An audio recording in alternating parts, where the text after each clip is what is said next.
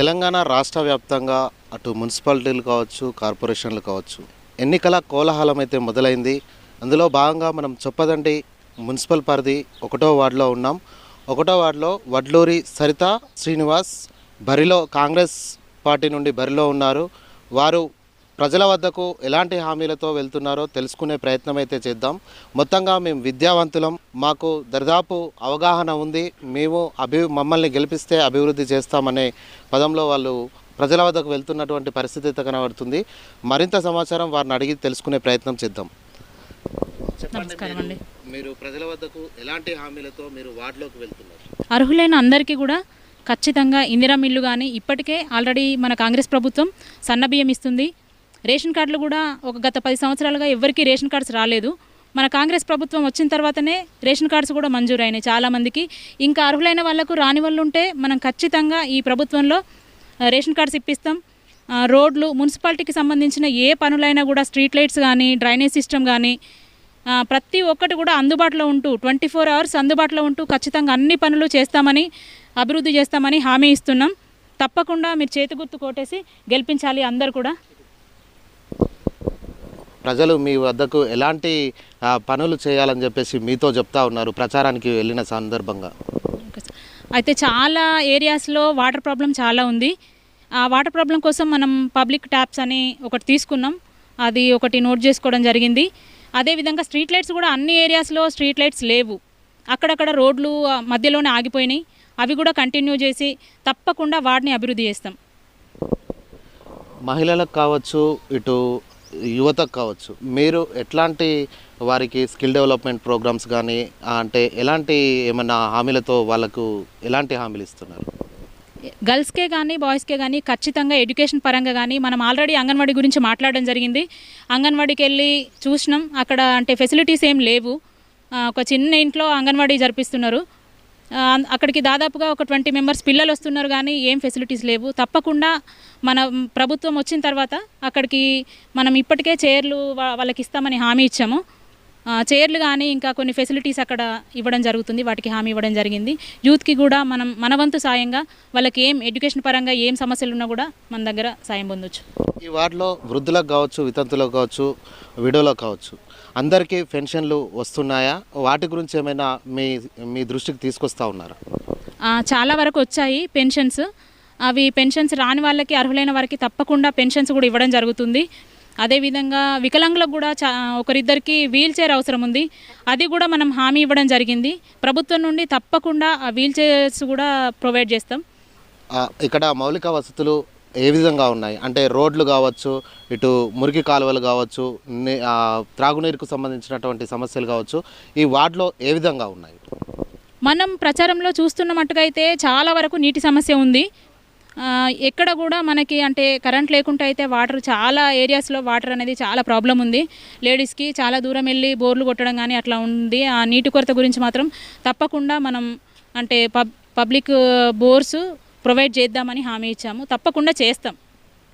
Ward సంరక్షణకై మీరు ఏమైనా CC cameras కానీ అలాంటివి ఏమైనా అంటే మీరు గెలిస్తే పెట్టే అవకాశాలు ఏమైనా ఉన్నాయా? తప్పకుండా సార్, సీసీ కెమెరాలు ప్రొవైడ్ చేద్దాం. అంటే మనం ఏరియాకి ఒకటి కానీ మనకి అంటే చాలా ఏరియాస్ ఉన్నాయి ఇప్పుడు, వాటికి అంటే మన వాడకి ఒకటి అన్నట్టన్నా సీసీ కెమెరా ప్రొవైడ్ చేద్దాం. అంటే కాలేజ్ స్టూడెంట్స్కి కానీ నైట్ రావడం పోవడం అది కొంచెం ఇబ్బందిగానే ఉంటుంది. స్ట్రీట్ లైట్స్ వేయించి సీసీ కెమెరాలు కూడా ప్రొవైడ్ చేద్దాం. వార్డు ప్రజలకు ఏం చెప్పదలుచుకుంటారు? మున్సిపాలిటీకి సంబంధించిన ఏ పనులు కానీ అంటే రోడ్లు కానీ, సీసీ రోడ్లు కానీ, డ్రైనేజ్ సిస్టమ్ కానీ, రోజు చెత్తబండి రావట్లేదని చెప్తున్నారు చాలామంది. ఖచ్చితంగా మనల్ని గెలిపించిన తర్వాత అంటే డే బై డే కానీ చెత్తబండి వస్తుంది. ఖచ్చితంగా డ్రైనేజ్ కూడా ఎప్పుడు క్లీన్గానే ఉంటుంది. డ్రైనేజ్ లేని ప్లేస్లలో కూడా డ్రైనేజ్ ఖచ్చితంగా తీసుకొస్తాం. వాటర్ ప్రాబ్లం కూడా సాధ్యమైనంత వరకు వాటర్ ప్రాబ్లం కూడా సాల్వ్ చేస్తాం. నాది MSc B.Ed. ఖచ్చితంగా మేము విద్యావంతులం కాబట్టి మున్సిపాలిటీకి సంబంధించిన అవగాహన ఉంది.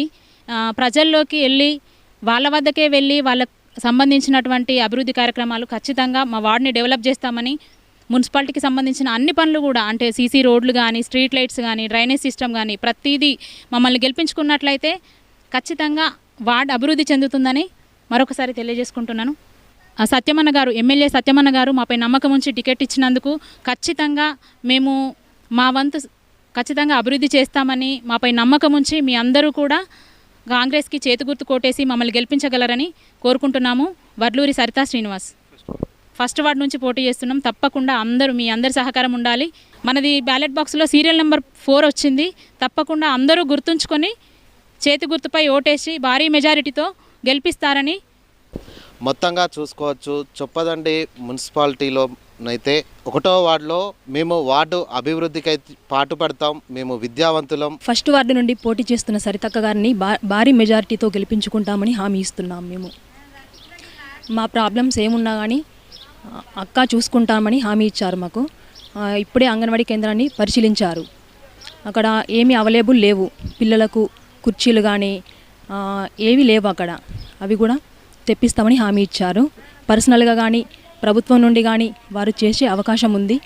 మేము అక్కని భారీ మెజారిటీతో చైర్మన్ సీట్లో కూర్చోబెట్టుకుంటామని హామీ ఇస్తున్నాం. పేరు శిరీష. మేము ఫస్ట్ వార్డులో ఉంటాం. వడ్లూరి సరిత శ్రీనివాస్ అనేగా మా దగ్గరికి వచ్చి హామీ ఇచ్చారు.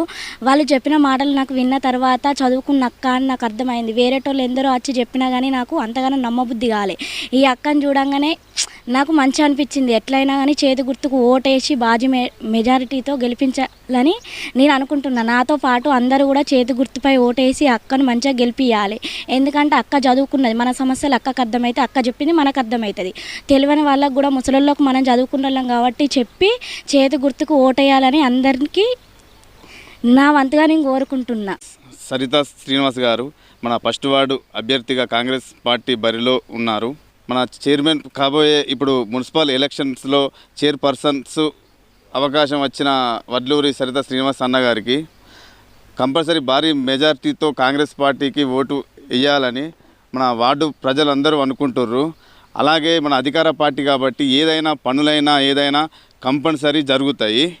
ఏదంటే మన ఫస్ట్ వార్డుకు మన చైర్మన్ క్యాండిడేట్ మన ఫస్ట్ వార్డులో ఉన్నందుకు మనకు చాలా గర్వకారణం. ఎందుకంటే మనకు ఫస్ట్ వార్డు కంపల్సరీ ఏ సమస్యలు ఉన్నా చూద్దాం కంపల్సరీ తీరుస్తుంది మన అక్కయ్య గారు 100%. ఎందుకంటే ఫస్ట్ వార్డు అనేది చైర్పర్సన్ మన వడ్లూరి శ్రీనివాసు సరిత అక్క గారు వీరే కాబట్టి కంపల్సరీ గెలిపించుకుంటాం.